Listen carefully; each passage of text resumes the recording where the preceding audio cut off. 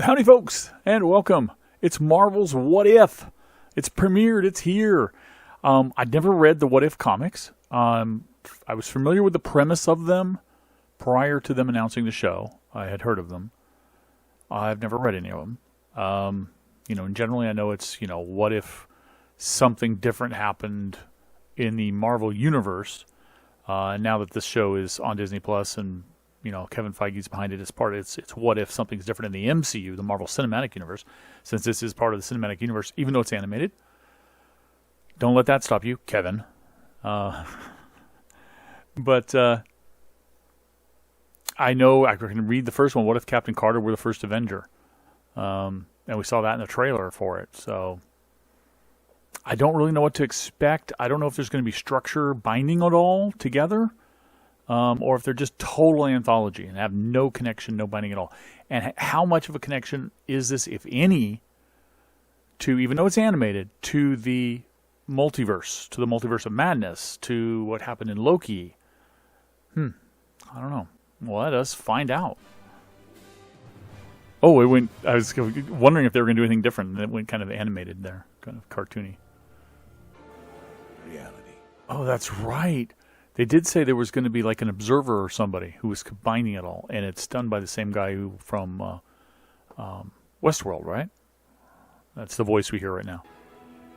Branch out into infinite realities. Branch out, infinite realities. Multiverse. So the Watcher in Marvel lore would be somebody even kind of outside the multiverse, who can see all the different possibilities? Or is this a shared consciousness amongst multiple individuals that are in each multiverse? Or is there just one in each universe? But this guy's going to tell us about the different universes, so I imagine he's outside it. Would that mean that he's potentially outside of, like, Kang and what he's doing? I imagine he is, but does he have any power, or does he just observe? I've heard of him before. I don't know the details. Follow me. You know what this kind of sounds like? The narrator, the observer here, the way he's speaking. I'm going to show my age here, but there was a comedy album by Stan Freberg. Stan Freberg presents the United States of America. It's on YouTube. I know it is. I've searched for it.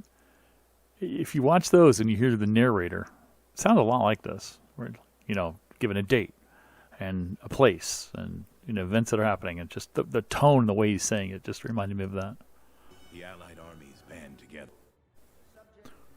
So it looks like in this universe, that attack that the agent did, in the universe we know, it happened right after Captain America was created.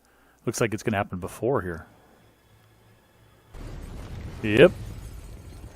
I push the buttons. I'm the buttons guy. Why don't they? Okay, I know the show has to put her in there because it's the what if, but I'm just thinking, why wouldn't they stick him in there wounded? Because I guess it would kill him. Because in the movie, when he wasn't injured, it almost killed him. Stark, get over Okay. Some bullets don't mix. We're gonna lose everything. Of course Stark would do it. It may be a womanizer, but he also was a visionary, so. And a bit selfish. He doesn't want to waste it. Where are the screams? And Wonder Woman is born. Did it work? I get what Marvel's doing. They did it with Captain Marvel. They did it in Endgame. They did it in Infinity War. I get it. But it's a cute point. It's making a point about society and social norms and so forth with sexism. But it doesn't make any sense. He can see she's not a normal woman. He can see she's enhanced. She's super strong. She's super resilient. She has a healing factor. He can see that. Yet they write him as being so blinded by his sexism that he can't possibly imagine that a super soldier female who could rip him in half could possibly fight. It just annoys me. But I get it. I get why they do it. But it's just, come on, man. You didn't have to do that, You could just have them You could have them accept her. You could have them grunt a bit and begrudgingly accept her, but just accept her. Because clearly she's stronger than any man on the planet right now. Very good of them to... I'm going to applaud them for this. I may have, thumbs down to the other bit, but I'm going to applaud them for continuing this show that Peggy actually fell for Steve before he became a super soldier because of who he is. And her becoming a super soldier doesn't change that. I love that. He said one man, so she's going to say, I'm not a man. Ark is one of them. This doesn't be awkward.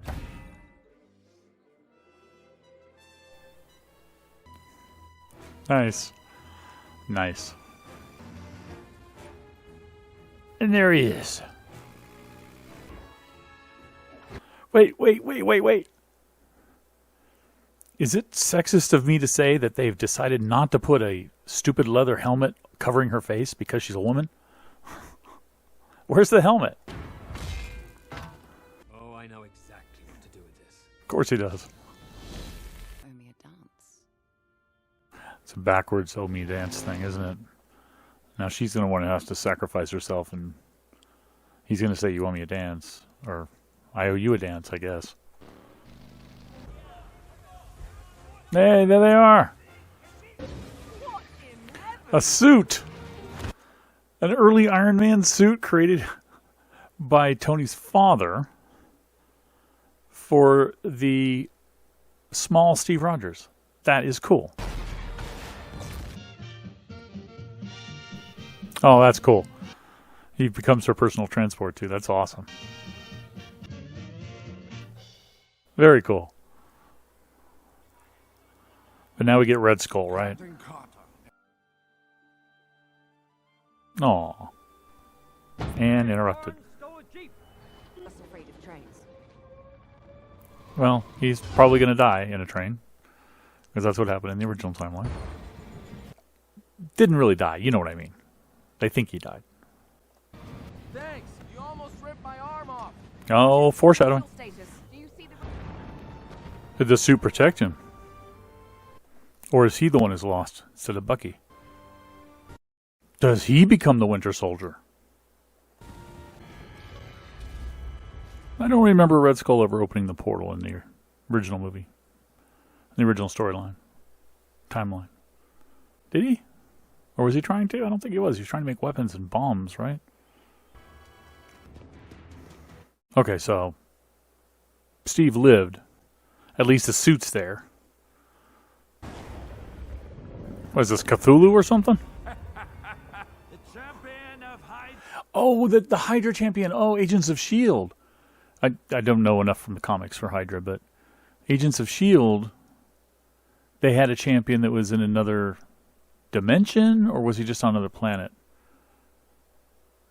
I forgot his name. It inhabited Ward. Is that what this is? Oh, he didn't like you. Okay.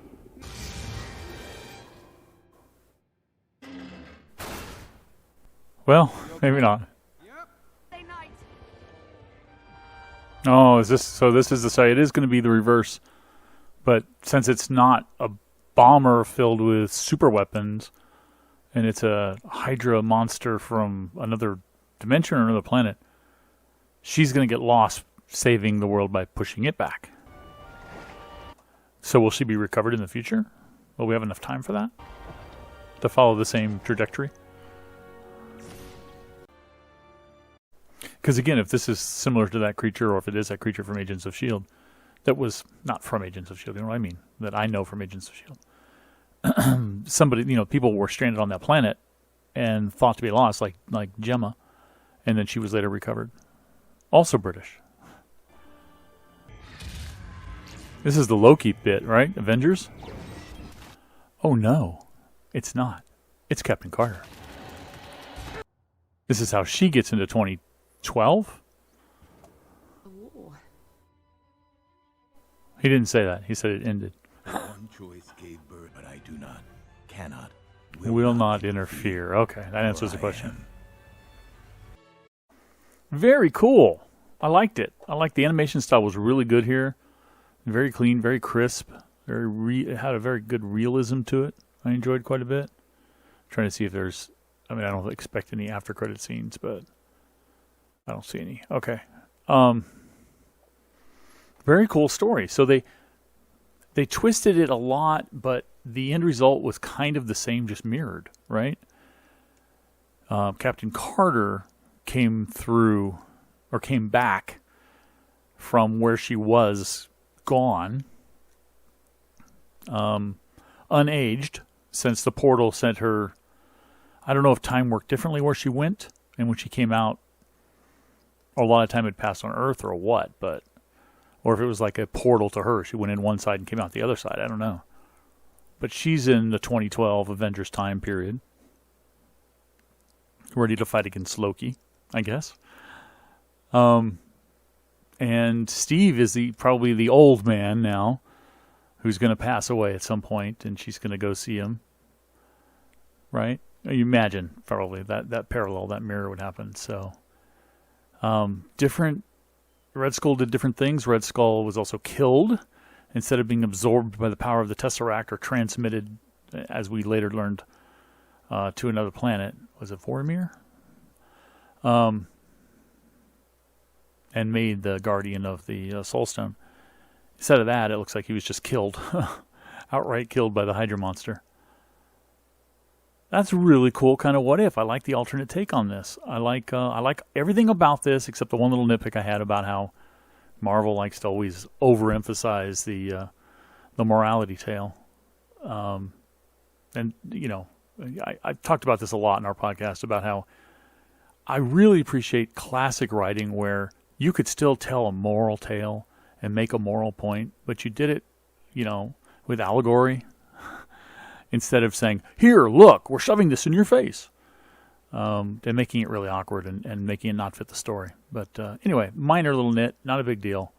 Really enjoyed it. Really enjoyed it quite a bit. I love that Peggy and Steve kept their feelings for each other, no matter who was the one who underwent the transformation. I love that. And I love that we had an Iron Man. That Howard Stark invented the first Iron Man instead of Tony Stark. And he put Steve Rogers in it. I thought that was really cool. Kind of a Hulkbuster sort of thing. Very cool. I'm looking forward to the next episode. Let me know what you guys thought about this one. And if you are a reader of the What If comics, was this one in the What If comics? Or is this an original? I don't know. Let me know what you think in the comments. Thanks for watching. I'll catch you next time. Bye-bye.